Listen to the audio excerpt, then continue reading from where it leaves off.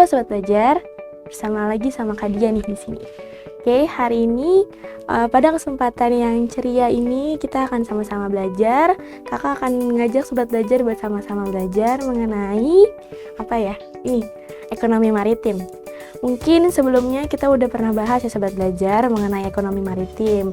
Kakak udah sempat kenalin ke Sobat Belajar apa sih ekonomi maritim, terus apa sih bedanya ekonomi maritim sama ekonomi kelautan. Ternyata ada bedanya ya.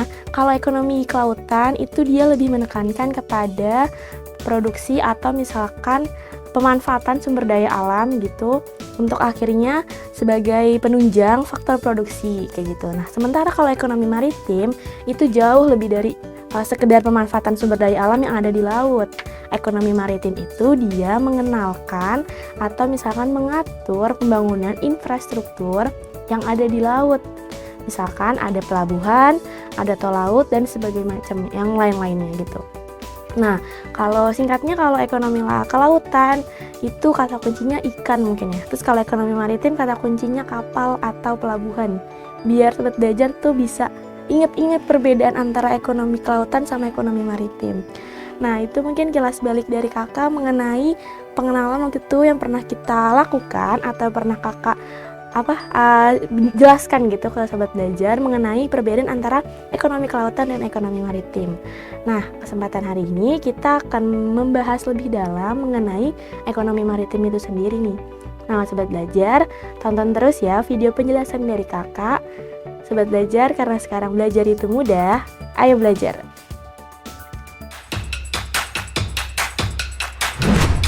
Jangan lupa belajar, karena sekarang belajar itu mudah. Ayo belajar. Halo Sobat Belajar. Nah, tadi udah ada pembukaan sedikit nih dari kakak mengenai, kakak review ulang tadi ya, mengenai materi ekonomi kelautan dan ekonomi maritim. Nah, sekarang kita akan bahas lebih dalam mengenai apa sih ekonomi maritim dan kebijakan-kebijakannya gitu yang pernah atau sedang gitu pemerintah usahakan untuk mengembangkan sektor ekonomi maritim. Nah, sebelum masuk ke materi, kakak mau ngasih semangat dulu nih ke Sobat Belajar untuk akhirnya bisa lebih semangat dalam belajar gitu ya. Nah, ini ada quotes dari John F. Kennedy. Usaha dan keberanian tidak cukup tanpa tujuan dan arah perencanaan.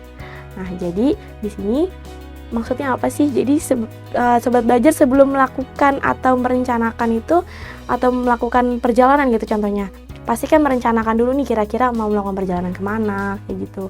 Nah, begitupun juga dengan arah tujuan Sobat Belajar. Misalkan setelah Sobat Belajar lulus dari bangku SMA, bangku SMK kayak gitu, Sobat Belajar harus punya perencanaan nih. Setelah lulus itu mau kemana sih gitu. Jangan sampai Sobat Belajar udah punya arah tapi nggak punya perencanaan gitu. Nah, pentingnya perencanaan itu ya. Jadi biar kita tuh lebih prepare, biar kita lebih siap, biar kita lebih semangat gitu kalau ada perencanaan. Jadi semua itu terasa atau terjalin secara organisasi gitu. Benar-benar kita bisa ngeliat nih plan A, plan B, plan C, dan kira-kira kita bisa cross check itu semua bisa berjalan nggak ya. Jadi itu ya Sobat Belajar. Kalau Sobat Belajar mau sukses, kuncinya yaitu menyiapkan perencanaan dengan sebaik mungkin. Nah, itu aja semangat dari kakak. Biar pagi-pagi ini tuh bisa semakin fresh gitu. Hari-hari Sobat Belajar tuh bisa semakin ceria, semakin semangat, dan gak ada kata lemes atau malas belajar lagi. Oke, tadi kakak udah ngasih semangat nih biar Sobat Belajar semangat belajarnya. Sekarang kita akan membahas mengenai strategi untuk mendukung kebijakan ekonomi maritim. Nah, strategi itu dibuat atau dibentuk oleh pemerintah pusat agar sektor ekonomi maritim itu bisa lebih maju atau bisa lebih sukses. Nah, pemerintah mengupayakan berbagai sektor yang ada di Indonesia ini untuk bisa menunjang perekonomian bangsa. Apapun gitu, ada sektor. Nah, ini salah satunya ekonomi maritim ya. Jadi tuh kita ekonominya itu nggak hanya ekonomi yang ada di darat aja gitu, nggak hanya kita kenal mengenai pasar atau misalkan ada terjadinya misalkan pembentukan harga gitu. Nah, ini kita juga akan belajar mengenai ekonomi maritim biar Sobat Belajar tuh dapat info atau dapat pembelajaran kalau di laut atau di maritim itu ada loh pendukung untuk mengembangkan ekonominya gitu. Nah, itu tujuannya kenapa dibentuk atau dibuat kebijakan atau strategi dari pemerintah ini, supaya itu dia bisa mengembangkan atau memajukan sektor perekonomian. Nah, di sini kita ada dua nomor dari strategi untuk mendukung kebijakan ekonomi maritim. Nah, yang pertama ini ada perubahan paradigma pembangunan nasional dari pembangunan berbasis daratan menjadi pembangunan berbasis lautan, atau bahasa kerennya land based development menjadi ocean based development. Jadi di sini pemerintah menekankan paradigma yang tadi kakak udah jelasin ya. Ekonomi itu tuh nggak hanya di daratan aja loh, ada ekonomi di lautan dan banyak sumber daya alam maupun potensi-potensi yang ada di laut atau daerah perairan Indonesia yang bisa kita manfaatkan gitu dan bisa menjadi nilai plus untuk perekonomian itu sendiri, kayak gitu. Jadi itu tadi paradigma dari pemikiran masyarakat itu tuh perlahan-lahan mau pemerintah ubah nih gitu. Jadi nggak hanya mikir kalau ekonomi itu hanya ada di darat loh, tapi di laut juga ada. Jadi pembangunan itu nggak hanya pembangunan ekonomi di darat aja, nggak hanya mikir gimana harga dalam pasar itu bisa stabil, tapi ada ekonomi kelautan yang harus dipikirkan oleh pemerintah juga supaya pengembangannya ini bisa semakin maju atau semakin pesat kayak gitu. Nah, nomor 2, memacu percepatan pengembangan infrastruktur dan ketersambungan maritim seperti membangun tol laut, pelabuhan laut dalam, dan industri perkapalan. Nah, tadi di intro atau pendahuluan ya Sobat Belajar, kakak udah ngasih tahu tadi sedikit review materi sebelumnya mengenai perbedaan ekonomi kelautan sama ekonomi maritim. Nah, tadi kata kuncinya mungkin ekonomi maritim ini, perkapalan sama pelabuhan kayak gitu.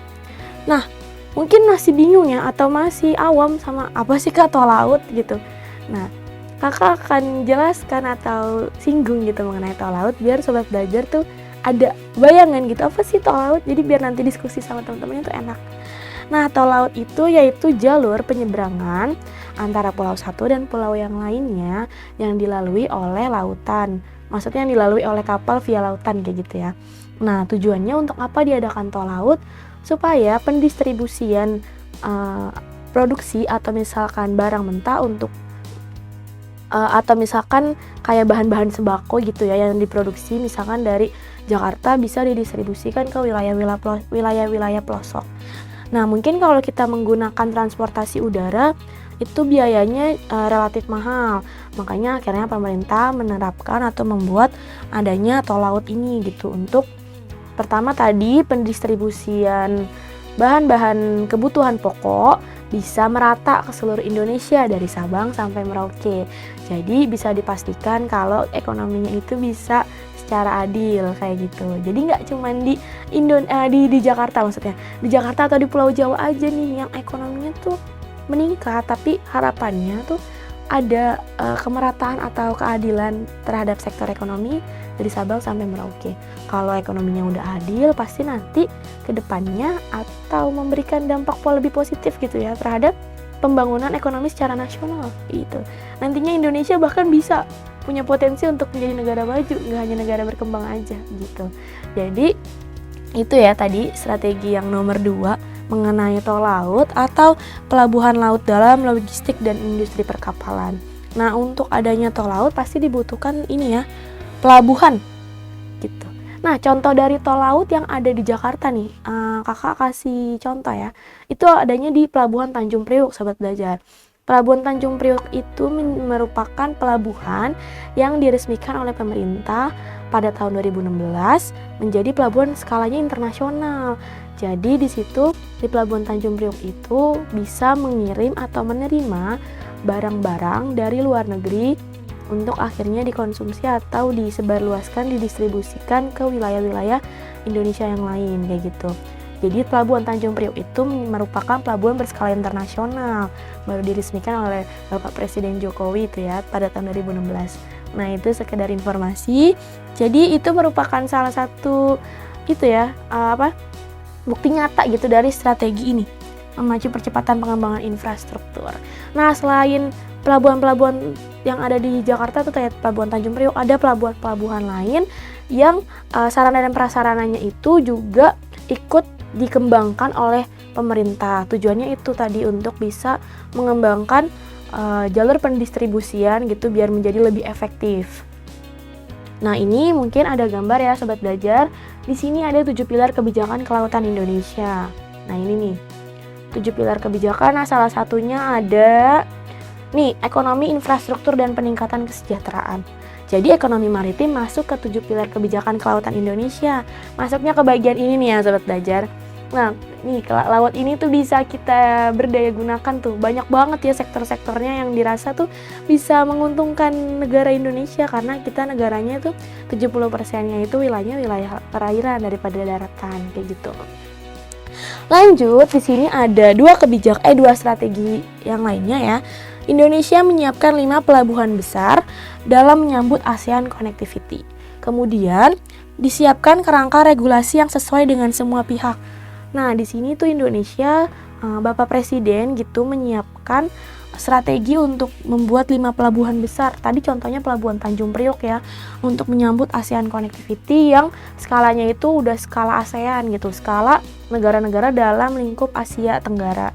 Nah, bahkan tadi Tanjung Priok itu juga difungsikan untuk pelabuhan internasional. Jadi harapannya nggak cuma di skala ASEAN aja, tapi bahkan negara-negara Eropa juga bisa menjangkau ke Pelabuhan Tanjung Priok. Nah, di Pelabuhan Tanjung Priok itu ada kegiatan apa aja sih, Kak? Pelabuhan Tanjung Priok itu ada kegiatan penerimaan atau pengiriman kayak peti kemas kayak gitu. Jadi barang-barang produksi gitu, atau misalkan mendistribusikan sektor-sektor produksi yang ada di Indonesia kayak gitu. Nah, terus menyambut ASEAN Connectivity juga selain menyiapkan 5 pelabuhan besar, pemerintah juga menyiapkan kerangka regulasi yang sesuai dengan semua pihak. Maksudnya apa? Jadi kerangka regulasi atau peraturannya ini bisa diterima oleh negara-negara di kawasan ASEAN ini gitu. Jadi bisa berlaku gitu di negara-negara lain dan bisa diterima dan diterapkan dengan baik kayak gitu. Jadi ini masih ada kesinambungannya ya Sobat Belajar.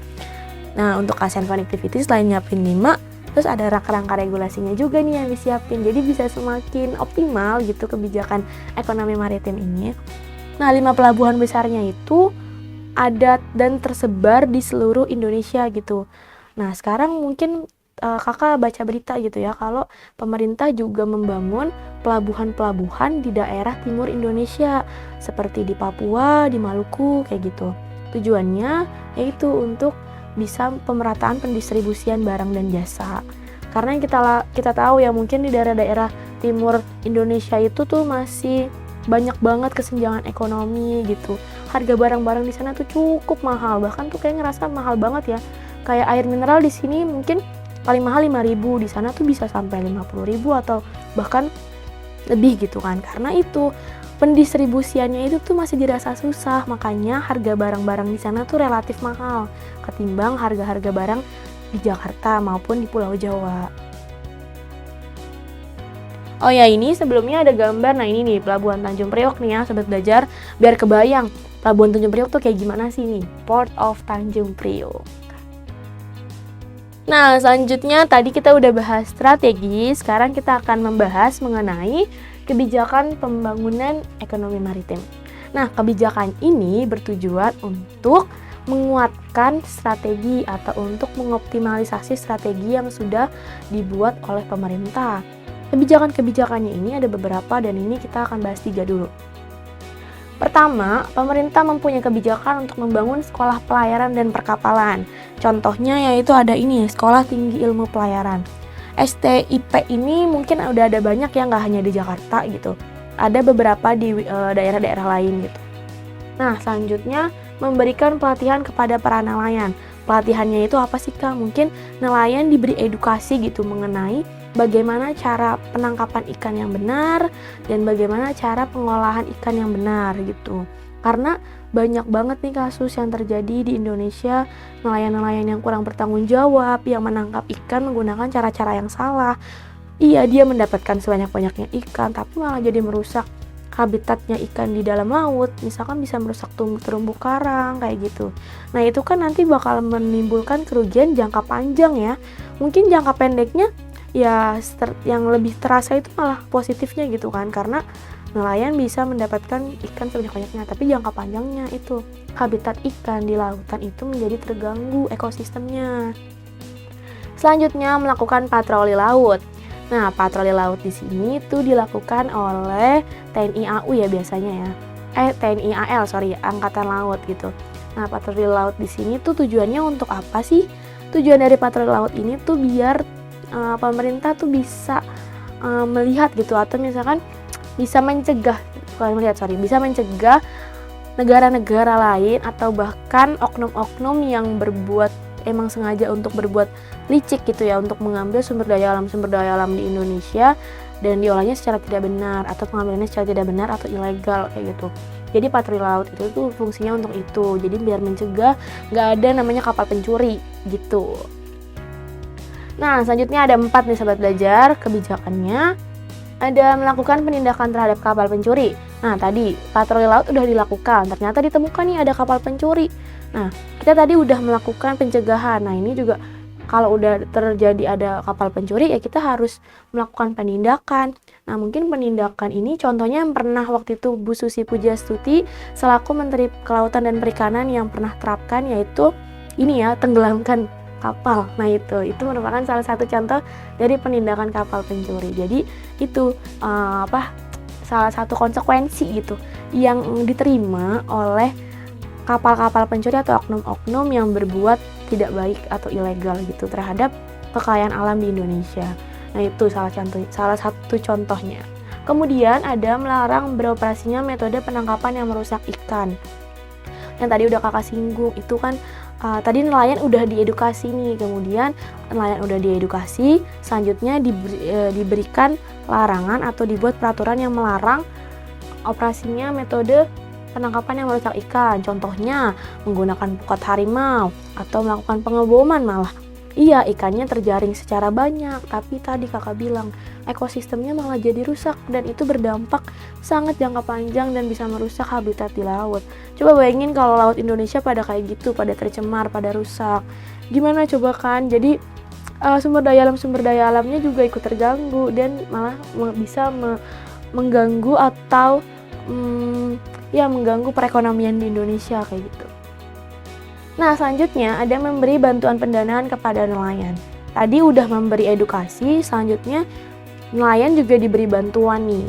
Diberi bantuannya dalam hal penangkapan ikan. Mungkin seperti pemberian ini ya, alat-alat untuk menangkap ikan seperti jaring atau misalkan kapal perahunya kayak gitu. Jadi ada bantuan-bantuan yang pemerintah berikan kepada nelayan-nelayan kecil supaya tetap beroperasi untuk menangkap ikan, kemudian ikan tersebut bisa dijual kan ke pasar dan dikonsumsi oleh warga negara kayak gitu, oleh kita gitu. Jadi tadi pemerintah udah ngasih edukasi terus kasih bantuan juga, tujuannya untuk itu ya, biar nelayan-nelayan kecil bisa tetap beroperasi.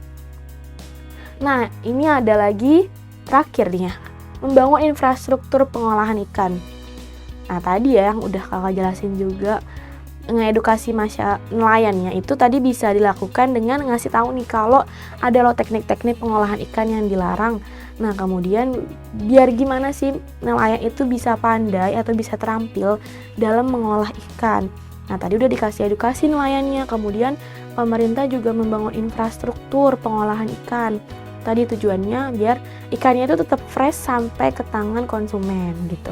Nah, kalau ikannya fresh pasti kan punya nilai jual yang tinggi ya. Nah, ikan kan pasti ini ya beragam harganya. Biasanya ikan yang contohnya apa ya? Ikan yang mahal, ikan salmon kali ya. Nah, mungkin itu dia pengolahannya tuh memakan biaya yang cukup mahal juga, makanya akhirnya harga jualnya mahal. Tapi selain itu, kandungan zat gizinya itu juga mungkin lebih tinggi dibanding ikan-ikan lain gitu. Jadi itu ya tujuan dari infrastruktur pengolahan ikan itu tuh agar ikan-ikan yang ditangkap oleh nelayan itu mempunyai harga jual yang tinggi biar tetap fresh. Nah, ini ada contoh infrastrukturnya nih sobat belajar. Contoh infrastruktur dari pengolahan ikan. Di sini ada namanya pelayanan terpadu gitu ya. Yang ada biasanya tuh ini infrastrukturnya ini tuh ada di wilayah-wilayah pesisir. Jadi pelayanan terpadu ini dikhususkan atau difungsikan langsung untuk nelayan biar kegiatan pengolahan ikan atau setelah gini nih, jadi setelah nelayan nangkap ikan, kan ikannya pasti diolah dulu sebelum akhirnya dijual ke Tengkulak, kemudian dijual lagi ke pasar-pasar yang ada di Jakarta ataupun pasar yang ada di wilayah-wilayah lainnya kayak gitu kan. Nah mungkin kalau kita lebih deket ya, karena Jakarta Utara itu ada laut, ada Ancol ya, Pantai Ancol. Nah for information aja nih Sobat Belajar, Pantai Ancol tuh tiap paginya ada loh nelayan-nelayan pada datang dari laut gitu. Dia bawa hasil tangkapannya berupa ikan dan lain-lain. Kemudian di situ tuh biasanya tiap pagi, Minggu pagi ya, ada namanya pasar gitu, pasar-pasar di atas perahunya gitu. Jadi pembeli bisa langsung beli ikan kepada nelayan gitu. Itu biasanya adanya di Minggu pagi. Kakak pernah tuh kan Minggu pagi ke Ancol. Terus penasaran nih, apa sih itu rame-rame? Terus kakak samperin, oh ternyata ada kegiatan jual beli ikan yang langsung dibeli sama nelayan. Nah kan nelayan pergi melautnya itu malam ya, kemudian baliknya itu pagi. Nah jadi pagi kan karena ikannya masih fresh, jadi itu sebelum dijual biasanya dilakukan pengolahan. Tapi tadi ada kasus atau ada contoh nelayan bisa langsung menjual ikan tersebut, jadi tanpa diolah yang lebih lanjut gitu. Jadi bisa diolah karena ikannya masih fresh. Tuh kalau ikan semakin fresh dan semakin tinggi zat besi atau misalkan vitamin-vitamin yang ada di dalam tubuh ikan itu, pasti kan memiliki nilai jual yang tinggi juga. Jadi nelayan juga bisa memiliki nilai penawaran yang lebih tinggi kayak gitu. Itu kan pasti menguntungkan untuk nelayan. Nah jadi ini ya tadi Sobat Belajar, ada berapa nih kebijakannya? Ada 7. Pertama, membangun sekolah pelayaran. Tadi tujuannya untuk nih ya tadi contoh sekolah tinggi ilmu pelayaran ya, untuk menciptakan SDM yang tangguh dalam hal pelayaran kayak gitu. Nah bisa memberikan pelatihan kepada para nelayan. Tujuannya supaya nelayan itu lebih diedukasi dan lebih punya pengetahuan yang cukup gitu, gimana akhirnya dia bisa menangkap ikan yang baik dan bisa mengolah ikan yang baik pula.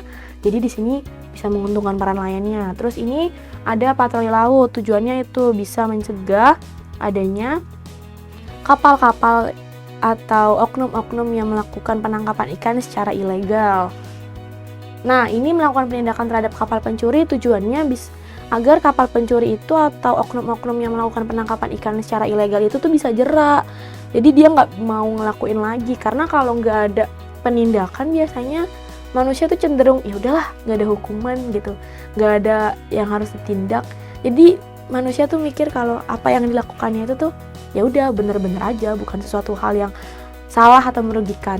Jadi harus ada penindakan. Tadi udah ada pencegahan, ada penindakannya juga. Selanjutnya melarang beroperasinya metode penangkapan yang merusak ikan. Tujuannya juga itu untuk menjaga ekosistem yang ada di laut, biar tempat hidupnya ikan dan binatang atau biota-biota lautnya bisa tetap terjaga sampai nanti bertahun-tahun kemudian kayak gitu. Jadi jangka panjang ya ini. Terus memberi bantuan pendanaan kepada nelayan, tujuannya agar nelayan-nelayan kecil itu bisa tetap beroperasi, bisa tetap mengambil ikan, terus menjualnya karena ada bantuan nih dari pemerintah. Terus membangun infrastruktur pengolahan ikan, tujuannya juga tadi agar ikan-ikan yang telah ditangkap oleh nelayan bisa memiliki nilai jual yang tinggi dan nelayan juga bisa melakukan penawaran yang tinggi gitu kepada konsumen. Nah ingat ya tadi kebijakannya ada 7 nih Sobat Belajar. Itu kebijakan yang dilakukan oleh pemerintah untuk mendukung strategi-strateginya tadi. Nah tadi kita udah bahas mengenai strategi, kebijakan. Sekarang kita latihan soal ya. Soal nomor 1. Pemakaian pokat harimau merupakan salah satu hal yang dilarang karena melanggar kebijakan pembangunan ekonomi maritim, yaitu A. Membangun sekolah pelayaran dan perkapalan, yang B. Melakukan patroli laut, yang C. Melarang beroperasinya metode penangkapan yang merusak ikan, yang D. Melakukan penindakan terhadap kapal pencuri, dan yang E yang terakhir membangun infrastruktur pengolahan ikan. Yang jawabannya apa ya? Ini pemakaian pokat harimau tadi. Kita garis bawahi ya. Ini pemakaian pokat harimau. Nah, kan hal yang dilarang nih. Masuknya kemana ya? Coba kita lihat. Jawabannya Itu yang C, melarang beroperasinya metode penangkapan yang merusak ikan. Pukat harimau itu kan merupakan metode penangkapan ya. Nah, kalau misalkan ini nih membangun sekolah pelayaran itu tadi ya adanya STIP, Sekolah Tinggi Pelayaran.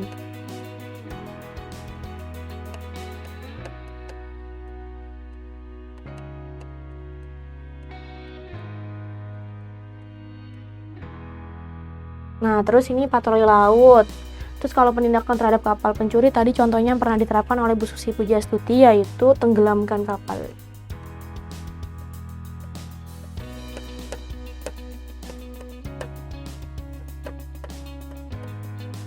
Nah, kalau membangun infrastruktur pengolahan ikan tadi ya, dibangunnya tuh kayak pelayanan terpadu ya, untuk nelayan di wilayah-wilayah pesisir.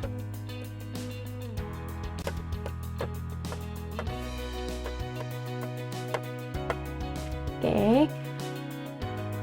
Selanjutnya, nomor 2, salah satu kebijakan yang pernah diterapkan oleh Bu Susi Pujastuti selaku Menteri Perikanan dan Kelautan yaitu menenggelamkan kapal pencuri ikan yang masuk ke wilayah perairan Indonesia.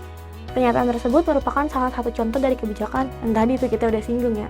A. Membangun sekolah pelayaran dan perkapalan. B. Melakukan patroli laut. Yang C. Melarang beroperasinya metode penangkapan yang merusak ikan. Yang D. Melakukan penindakan terhadap kapal pencuri. Dan yang E. Membangun infrastruktur dan pengolahan ikan. Jawabannya, nih, melakukan penindakan terhadap kapal pencuri. Tadi ya, dia salah satu kebijakan atau misalkan contoh konkret yang dilakukan oleh Bu Susi gitu. Selanjutnya nomor 3, berikut ini merupakan strategi pengembangan ekonomi maritim di Indonesia kecuali dari kelima ini, apa jawabannya? Membangun sekolah pelayaran dan perkapalan. Nah, karena membangun sekolah pelayaran dan perkapalan ini bukan strategi, tapi ini masuk ke kebijakan. Gitu ya Sobat Belajar. Gimana tadi materi mengenai ekonomi maritim dan latihan soalnya? Mudah kan? Sobat Belajar, karena sekarang belajar itu mudah, ayo belajar. Jangan lupa belajar, karena sekarang belajar itu mudah. Ayo belajar!